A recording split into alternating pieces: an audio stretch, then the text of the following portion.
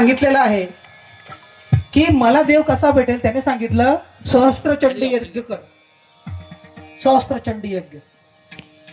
एखादा मोठा यज्ञ कर, 1000 ब्राह्मण बोलव, त्यांना जेवू घाल, दान दक्षिणा कर, आणि काय कर, तुझ्या गाईतल्या एक एक गाई त्यांना दान दे, तर तुला देव भेटेल. तो म्हणला असं तर फार वाटोळा लागायचं. म्हणून त्याच्या मनामध्ये आस आहे, देवाविषयी आस आहे, परंतु त्याला रस्ता भेटत नाही.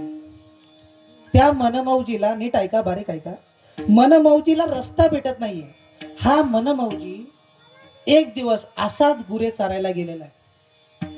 त्याच्या डोक्यात तेच चालू आहे, देव कसा भेटेल, देव कसा भेटेल, देव कसा भेटेल, देव कसा भेटेल.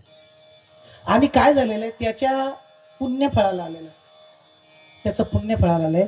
त्याच ठिकाणी जिथे त्याने गुरं नदीमध्ये सोडली होती, त्या घाटाच्या ठिकाणी गावातलाच एक ब्राह्मण, शास्त्री, पुरोहित येऊन बसलेला आहे. आणि तो तिथे संध्याकाळची त्याची संध्या करायला आलाय. संध्या या शब्दाचा अर्थ आहे नाम, ध्यान, धारणा, प्राणायाम. हे एकत्रितपणे दिवसातून 3 वेळा केले जातात.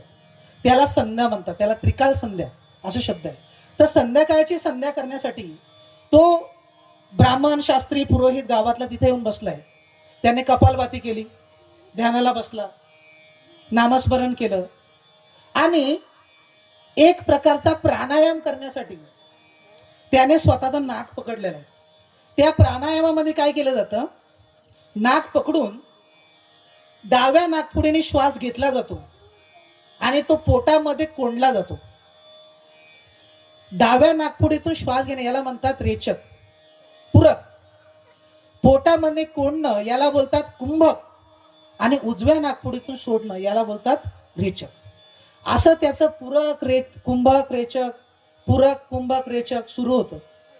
आणि या मनमौजीला वाटलं की या घाटाच्या ठिकाणी एवढी शुद्धता आहे, सुंदर पाणी वाहत आहे, राजाने तिथं चांगली फुलं लावलेली आहेत, सगळीकडे सुगंध दरवळतोय, आणि या शास्त्री बुवाला, बामणाला कसला रे वास येतोय. त्याने तिथे जाऊन त्याला विचारलं, गाव शास्त्री बुवा, तुम्हाला कसली घाण येते, तुम्हाला घाण कसली येते, तुम्ही नाक कशासाठी पकडलंय, इथं कसला वास येतोय तुम्हाला वाईट.